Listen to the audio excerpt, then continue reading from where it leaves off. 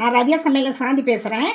நான் வந்து இந்த வருஷம் தீபாவளிக்கு இனிப்பு பூந்தி தான் நான் செய்ய போகிறேன். கடலை மாவு சர்க்கரையை வச்சு நான் எப்படி செய்யணும்னு செஞ்சு காமிக்கிறேன். வாங்க வீடியோக்குள்ளே போகலாம். அதுக்கு ஒரு பவுல் எடுத்திருக்கேன். அந்த பவுலில் வந்து நல்லா கடலை மாவு வந்து ஒரு 1½ கப் எடுத்திருக்கேன்.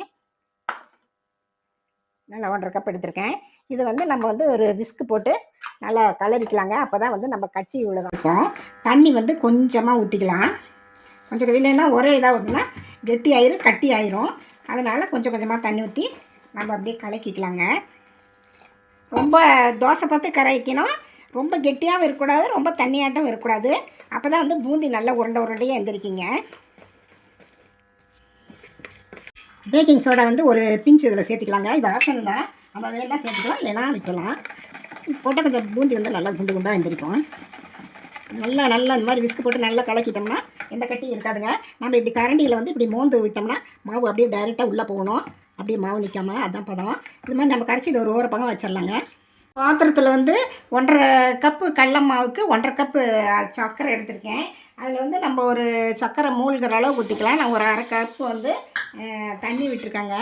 முதல் ஹை ஃப்ளேமில் வச்சு நல்லா கலர்லாங்க.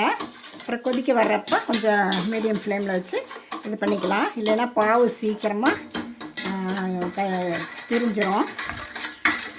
பாருங்கள், சர்க்கரையெல்லாம் நல்லா கரைஞ்சி பாவு நல்லா கொதித்து நுர வந்து கொதித்து வந்துட்டுருக்கு. இந்த ஸ்டேஜில் வந்து நம்ம அப்பப்போ பாவு பதம் செக் பண்ணிக்கணும். பாருங்கள், கம்பி வந்து பதம் வந்து இதுதாங்க. இப்படி கம்பி இது ஃபார்ம் ஆகி இப்படி உடையுது. இந்த மாதிரி டைமில் நம்ம வந்து எடுத்துடணும். அவ்வளோதான். இதுதான் கம்பி பதம். நம்ம ஸ்டவ் ஆஃப் பண்ணிவிட்டு இறக்கி வச்சிடலாங்க. பாருங்கள், நல்லா பதம் இப்போ தெரியுது பாருங்கள். இப்படி உடஞ்சி கம்பி ஃபார்ம் ஆகி இப்படி உடையும். இதுதான் பதம். கொஞ்சம் ஏலக்காய்த்தூள் இருக்குது, அதை சேர்த்து இதில் கலக்கிடலாம். அவ்வளோதான். ஒரு பக்கம் இருக்குது. பாருங்கள், ஒரு கடாயில் எண்ணெய் ஊற்றி வச்சுருக்கேன். எண்ணெய் நல்லா காஞ்சி போயிடுச்சுன்னு பார்த்து செக் பண்ணுறதுக்கு ஒரு ட்ராப் விட்டோம்னா இப்படி மேலே பஃப்னு வரணும். நம்ம நல்லா அந்த கரைச்சதை வந்து இந்த மாதிரி பூந்தி கரண்டியில் வந்து நம்ம இப்படி விட்டு அப்படியே டேப் பண்ணால் போதுங்க. அப்படியே குண்டு குண்டாக எழுந்திரிக்கும்.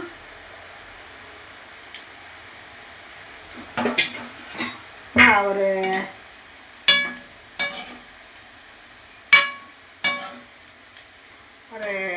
30 செகண்ட் இருந்தால் போதுங்க. பூந்தியில் நல்லா குண்டு குண்டாக தான் இருக்குது. எடுத்து அந்த பாவில் நம்ம போட்டுடலாங்க.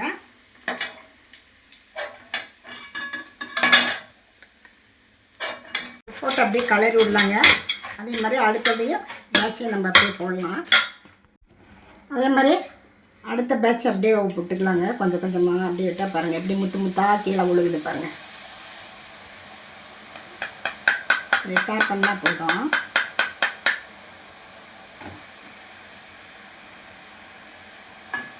பாருங்கள், பூந்தியில் இப்படி ரவுண்டாக இப்படி குண்டு குண்டாக இருக்குது பாருங்கள்.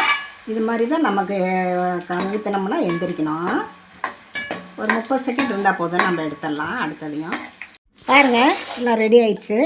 பாருங்கள், எல்லாம் எப்படி பளபளன்ட்டு முத்து முத்தாக இருக்குன்ட்டு பாருங்கள். எல்லாம் சர்க்கரை பாவெல்லாம் இதோட ஒன்றா சேர்ந்து இதாகிடுச்சு. இது அப்படியே கொஞ்சம் நேரம் இருந்ததுன்னா இன்னும் நல்லா இனிப்பு இதில் ஏறிக்கும். நம்ம வந்து ஒரு ஸ்பூன் வந்து நெய் இதில் சேர்த்து அப்படியே ஒரு கலரி விட்டுடலாங்க. அவ்வளோதாங்க. பாருங்கள், ரெடி ஆயிடுச்சு. அவ்வளோதாங்க. நீங்களும் இந்த வருஷம் தீபாவளிக்கு இந்த மாதிரி பூந்தியில் செஞ்சு இனிப்பு பூந்தி செஞ்சு குழந்தைங்களுக்கெல்லாம் கொடுங்க. நீங்களும் இந்த மாதிரி ட்ரை பண்ணி பார்த்துட்டு எப்படி இருக்குன்னு ரதியா சமையலுக்கு சப்ஸ்கிரைப் பண்ணுங்கள், லைக் பண்ணுங்கள், ஷேர் பண்ணுங்கள். அடுத்த வீடியோவில் வேறு ரெசிபியோடு சந்திக்கிறேன். வணக்கங்க.